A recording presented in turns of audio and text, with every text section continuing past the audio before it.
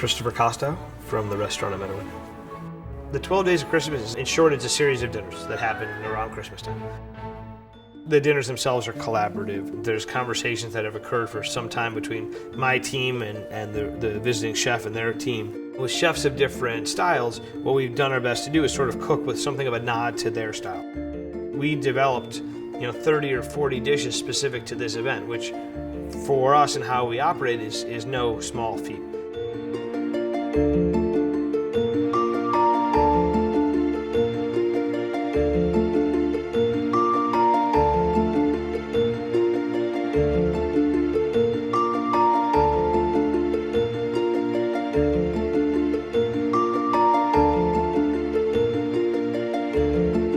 I've been working on the amuses-bouche for a little while. I really like those traditional shellfish forward soups, that super strong sort of ocean, that elegance that you get in those soups is what we want. So what the jumping off point was, let's do a really elegant amuse-bouche. So I smoked oysters and mussels and clams over seaweeds and wood and pine and used that as a base for a soup. And in the bowl are just some perfect little Olympia oysters and gooey duck clam, a little bit of celery, and then what looks like seaweed, but it's actually a very thin sheet of wild pea kind of that grows out in the valley. The soup's gonna be kind of poured on it and it's all gonna kind of melt. This year we decided to have each sous chef kind of spearhead one course. While everything we do is collaborative, this is an instance where they really drove the initial idea and it was something that they were able to very much own. My name is Ben. I'm one of the sous chefs here at the restaurant at Meadowood. I really wanted to do something that really spoke to the region that we're in right now. So close to the ocean, so many great things coming up from our garden as well as the surrounding areas. So I wanted to do a dish based on lettuces of sea and land. So I'm using some lettuces that are coming up from our garden at this time in conjunction with wild seaweeds, pairing those with some Scandinavian flavors, sorrels, whey, dill, as well as some local eccentric caviar.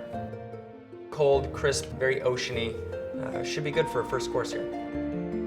The first vegetable course is rutabaga, which is a vegetable used quite a bit here, baked in salt.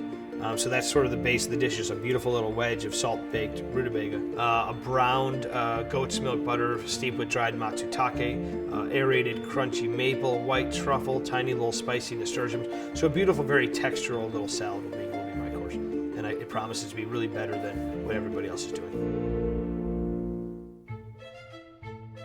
I'm Kat. I'm a sous chef here at the restaurant. My dish is Passmore Ranch sturgeon. We make a sheet of chicken skins and press the sturgeon onto the skin. The sturgeon is very meaty, very moist, and eats a lot like chicken. So it's playful and sort of fun to treat it as chicken. It was really cool to just kind of see, without any prodding, without any influence, like what do people want to do? My name is Poncho. I'm the sous chef here at the restaurant. I handle the garden as well as any foraging, do whatever's necessary. That's my job description. I don't typically get my hands on a lot of the proteins. I'm typically doing more of the vegetable work. I said, well, I think I'm gonna do the meat course. So I chose to do a braised pork collar and glaze it in a sorghum and a rye beer. Serve it just like that, so it's like beautiful, shiny, like a lacquer, if you will. I work and cook with these guys all the time. So I'm not surprised by what direction they immediately went. There's a little bit of all of them in the food, and there's a little bit of the food in all of them. It's almost hard to kind of pull apart these things.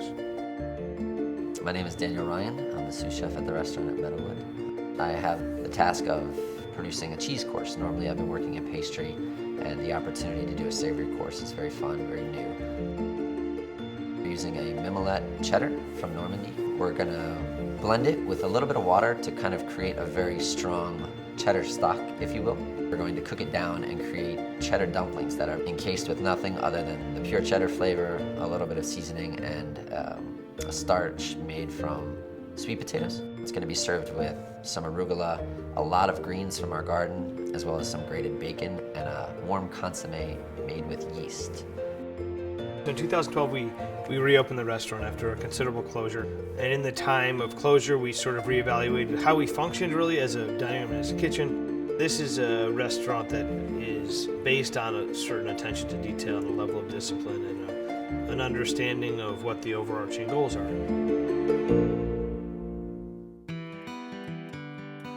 My name is Kim. I'm the executive sous chef of the restaurant in Meadowood. I chose to do a dessert because Christopher Kostow would not let me put it on the menu.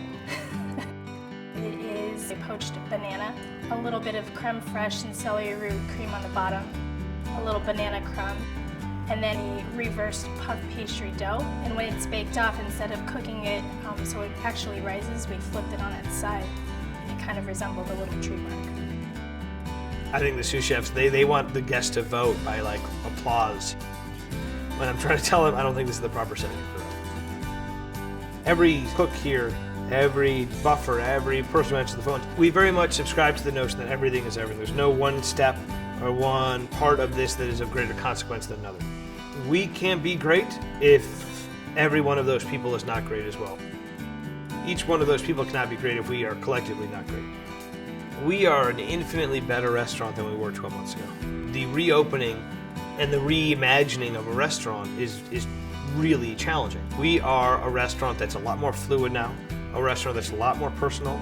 We're a restaurant that can better speak to the place in which it's situated, a restaurant that can teach better, mentor better, create long-term careers, and create some degree of legacy.